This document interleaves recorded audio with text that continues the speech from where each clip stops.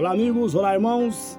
Desde já quero saudar a todos com a santa paz do nosso Senhor Jesus, amém? Irmãos, eu tenho uma série de história que o personagem central, irmão, tem uma integridade incomparável, um caráter intocável, uma pessoa que possui as mais belas posturas, as mais belas palavras, inteligentes, diante das mais diferentes situações. Irmãos, essa é a história que eu vou contar é dos reis, o nosso Senhor Jesus.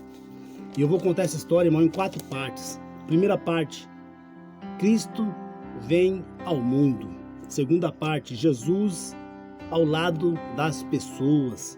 Terceira parte, irmão, a paixão de Cristo. E a quarta e última parte, Jesus traz esperança. Essa, irmãos, é uma história que eu venho trazer fatos da vida de Jesus.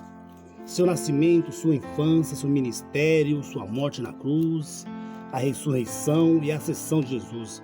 Irmãos, essa obra é para todos aqueles que desejam ter um encontro com Deus, crianças, idosos, jovens, a todos, amém? E desde já, irmãos, desde já, eu quero agradecer primeiramente a Deus e a todos os meus seguidores, todos que eu peço a Deus, ao Senhor, que abençoe a cada um, a cada dia, abençoe mais, amém? Irmãos, primeira história é o nascimento de Jesus, vamos lá?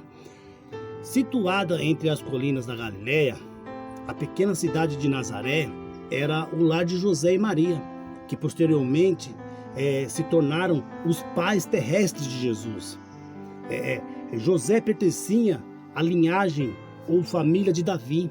E quando saiu um decreto para o levantamento do censo da população, ele teve que ir a Belém, cidade de Davi, para ali registrar o seu nome. Era uma jornada, irmão, penosa, dadas as condições em que as viagens eram feitas na época. Maria, que acompanhava seu esposo, sentia-se extremamente fadigada ao subir a colina na qual Belém se localizava. E como desejava um lugar confortável onde pudesse repousar, mas as hospedarias estavam lotadas, né? Os ricos e orgulhosos estavam bem alojados, enquanto aqueles humildes viajantes tiveram que encontrar descanso em uma rude estrebaria.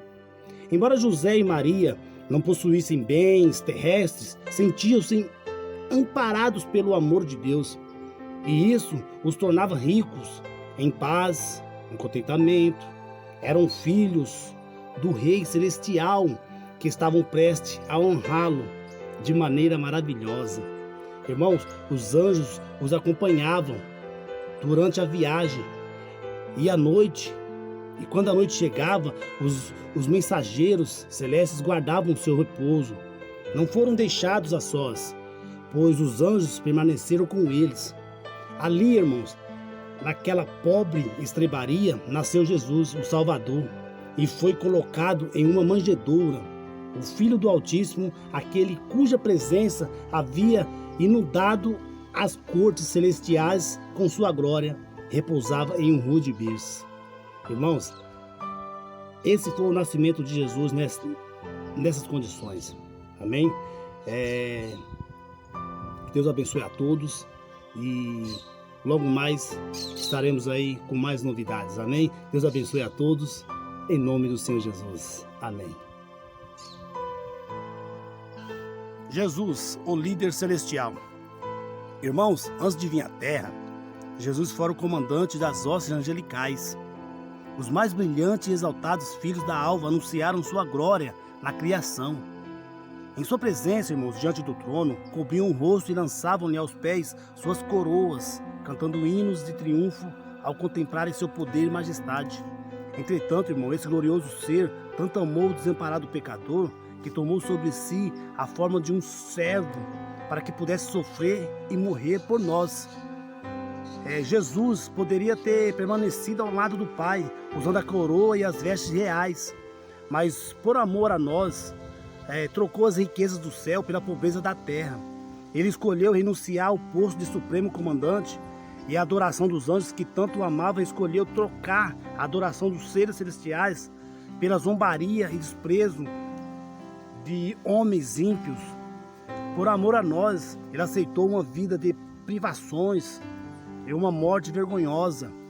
Cristo fez tudo isso, irmão, para provar o quanto Deus nos ama.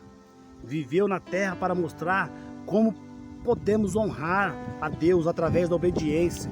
A sua vontade, irmãos, assim, agiu para que, seguindo o seu exemplo, possamos finalmente viver com Ele no lar celestial. Os sacerdotes, os principais, os príncipes judeus, não estavam preparados, irmão, para receber Jesus.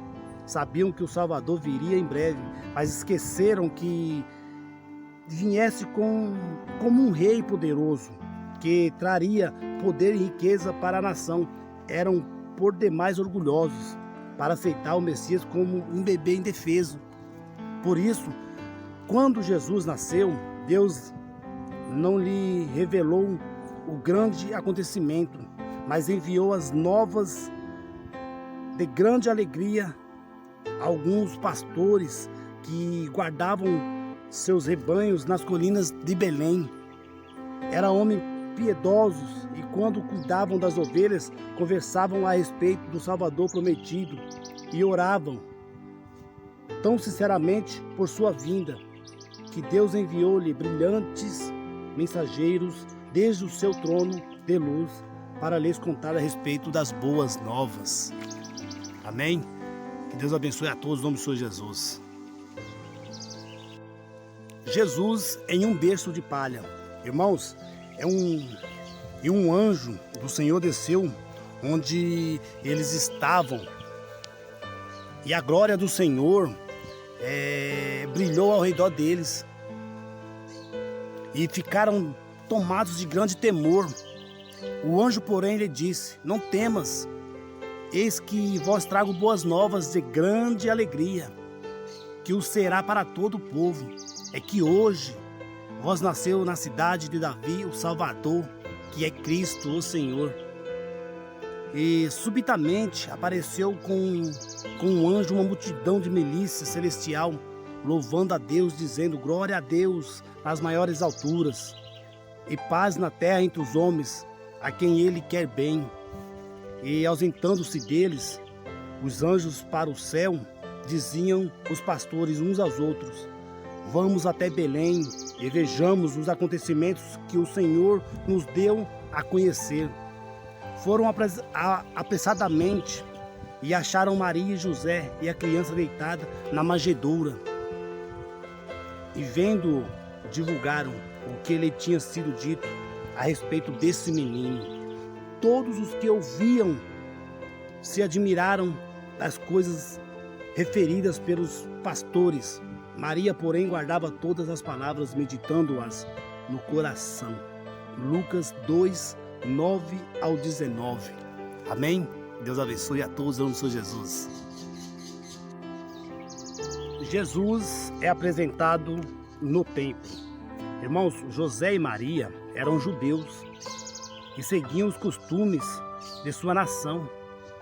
Quando Jesus completou 6 semanas de idade, foi apresentado ao Senhor no templo de Jerusalém. Essa prática, irmão, estava de acordo com a lei que Deus havia dado a Israel, e Jesus devia ser obediente em tudo. Assim, o próprio Filho de Deus, o príncipe do céu, por seu exemplo, ensina-nos que devemos obedecer. Apenas o primogênito de cada família devia ser apresentado no templo.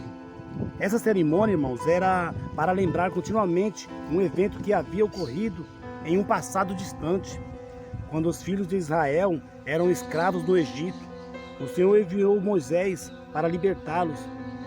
Ele ordenou que Moisés fosse à presença de Faraó, rei do Egito, e dissesse: assim diz o Senhor: Israel, meu filho, meu primogênito, deixa ir meus filhos para que me sirva, mas se recusares deixá-lo ir, eis que eu matarei teu filho, teu primogênito. Está em Êxodo 4, 22, 23. Mas Moisés levou ao rei esta mensagem, mas a resposta de Faraó foi: quem é o Senhor para que lhe ouça eu a sua voz e deixa ir a Israel? Não conheço o Senhor, nem tampouco deixarei ir a Israel. Está em Êxodo 5, versículo 2. Então o Senhor enviou terríveis pragas sobre os egípcios. A última delas foi a morte dos primogênitos de cada família, desde o filho do rei até o do mais pobre que habitavam a região. O Senhor ordenou a Moisés que cada família dos israelitas matasse um cordeiro e com o sangue do animal marcasse a ombreira da porta. Esse foi o sinal para que os anjos da morte passassem por alto as casas dos israelitas e não tocassem em nenhum deles, exceto os cruéis e orgulhosos egípcios.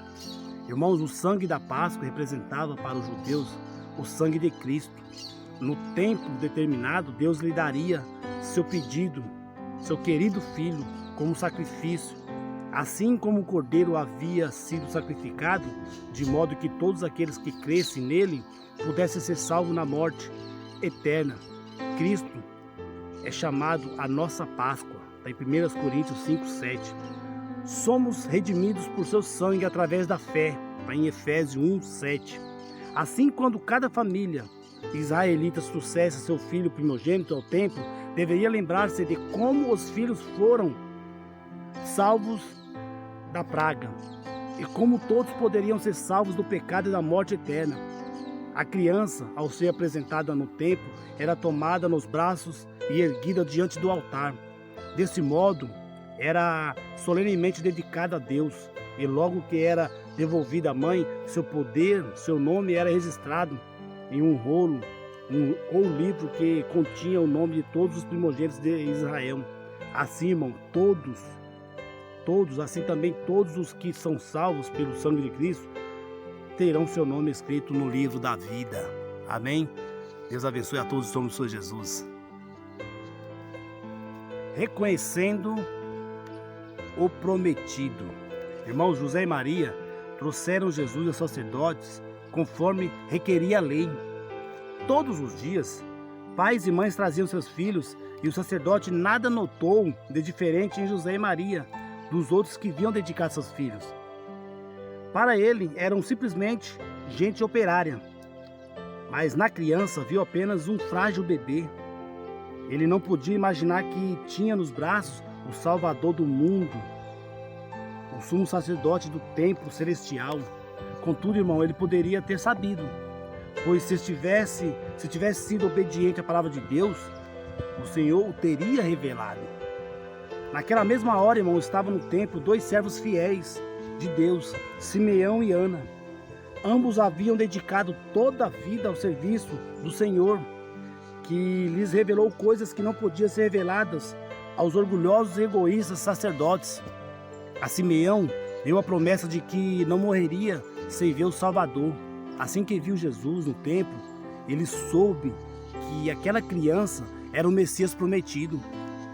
Uma luz suave e divina iluminava o rosto de Jesus.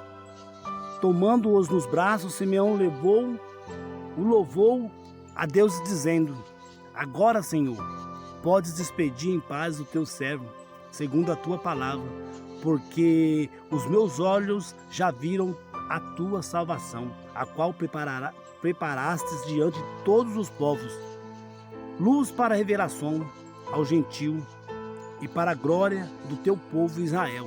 Está em Lucas 2, 29 ao 32.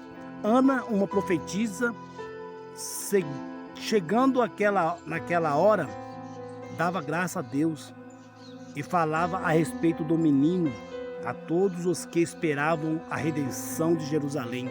Lucas 2:38. É desse modo, irmãos, que Deus escolhe pessoas humildes para serem suas testemunhas.